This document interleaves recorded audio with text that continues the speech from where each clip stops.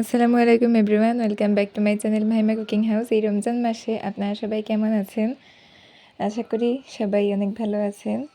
আমিও আল্লাহর রহমতে অনেক ভালো আছি। আজকে আমি আপনাদের জন্য একটা মাছের আইটেম নিয়ে এসেছি। এটা হচ্ছে গিয়ে বাইলা মাছ ভাজি করেছি আর কি। এটাকে আপনারা অনেকে বেলে মাছও বলতে পারেন। সো রেসিপিটি শুরু করার আগে আপনাদের কাছে একটা রিকোয়েস্ট করছি। এই রমজান মাসে আপনারা যারা আমার চ্যানেলটি দেখছেন তারা অবশ্যই চ্যানেলটি সাবস্ক্রাইব করে আমার পাশেই থাকবেন এবং ভালো লাগলে একটি লাইক দিবেন আর ভিডিওটি পুরো দেখবেন, না টেনে একদম শেষ পর্যন্ত দেখা অনুরোধ রইল। সো প্রথমে আমি কড়াইয়ে তেল গরম করে দিলাম। এবারে পেঁয়াজ কুচি দিয়ে দিয়েছি আর কাঁচামরিচ ফালি দিয়ে দিলাম। এখন একটু পেঁয়াজটাকে ভেজে নিচ্ছি।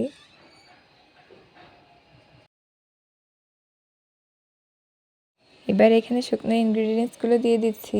হলুদের গুঁড়ো 1/2 চামচ পরিমাণ দিলাম, লবণ দিলাম স্বাদ মতো, ভাজা জিরা গুঁড়ো দিয়েছি আর লাল মরিচের গুঁড়ো দিয়ে দিলাম। আর এখানে রসুন বাটা দিয়ে দিয়েছি 1 চামচ পরিমাণ। আর এখানে টমেটো কেটে নিয়ে রেখেছি, সেটা দিলাম। এবারে মশলাটাকে ভালোভাবে একটু কষিয়ে নিচ্ছি।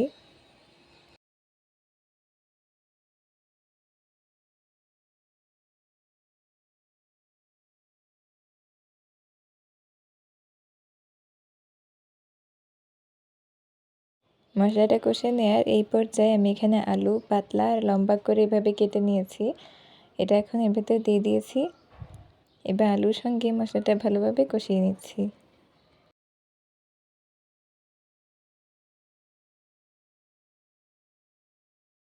কষিয়ে নেওয়ার পরে আমি এখানে পানি দিয়ে দিয়েছি সামান্য পরিমাণ। এবারে ঢাকনা দিয়ে কিছুক্ষণ এটাকে একটু রান্না করে নিচ্ছি। কিছুক্ষণ পর ঢাকনা উঠিয়ে আমি এই বেলে মাছগুলোকে ভেজে রেখেছিলাম, সেই ভাজা মাছটা আমি এখন এর উপর দিয়ে দিচ্ছি। সবগুলো মাছ আমার দেওয়া হয়ে গেছে। এখন আমি একটু নেড়ে নিয়ে ঢাকনা দিয়ে এটাকে রান্না হতে দিচ্ছি। কিছুক্ষণ পর ঢাকনা উঠিয়ে একটু নাড়াচাড়া করে আবার ঢেকে দিয়েছি আমি। এখন ঢাকনা উঠিয়ে আমি এখানে ধনেপাতা কুচি দিয়ে দিয়েছি। এটা একটু দেওয়ার চেষ্টা করবেন, কারণ এটা দিলে এই মাছটার টেস্ট আরও দ্বিগুণ বেড়ে যায়। এবার ঢাকনা দিয়ে আবার রান্না করে নিয়েছি। আর এরই মধ্যে আমার এই বেলে মাছ ভাজিটা তৈরি করা হয়ে গেছে। আমি এটা পরিবেশন করে নিয়েছি। সো দেখতেই পারলেন কত চমৎকার একটা ডিশ আপনাদের তৈরি করে দেখালাম।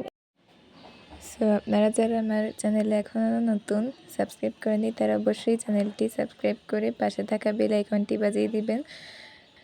আসলে এই রমজান মাসে এত কষ্ট করে রোজা রেখেও আপনাদের জন্য ভিডিও বানাচ্ছি, এর প্রতিদানটা আপনারা নিশ্চয়ই দিবেন, আপনারা নিশ্চয়ই বুঝতে পারছেন। সো আজকে আমি আর এত কথা বাড়াবো না। কেমন লাগলো অবশ্যই কমেন্টে জানাবেন। আপনারা যদি একবার এটা ট্রাই করে থাকেন তাহলে কমেন্টে পিকচার শেয়ার করতে পারেন। সো আজকে বিদায় নিচ্ছি এখানেই। আল্লাহ হাফেজ, আসসালামু আলাইকুম।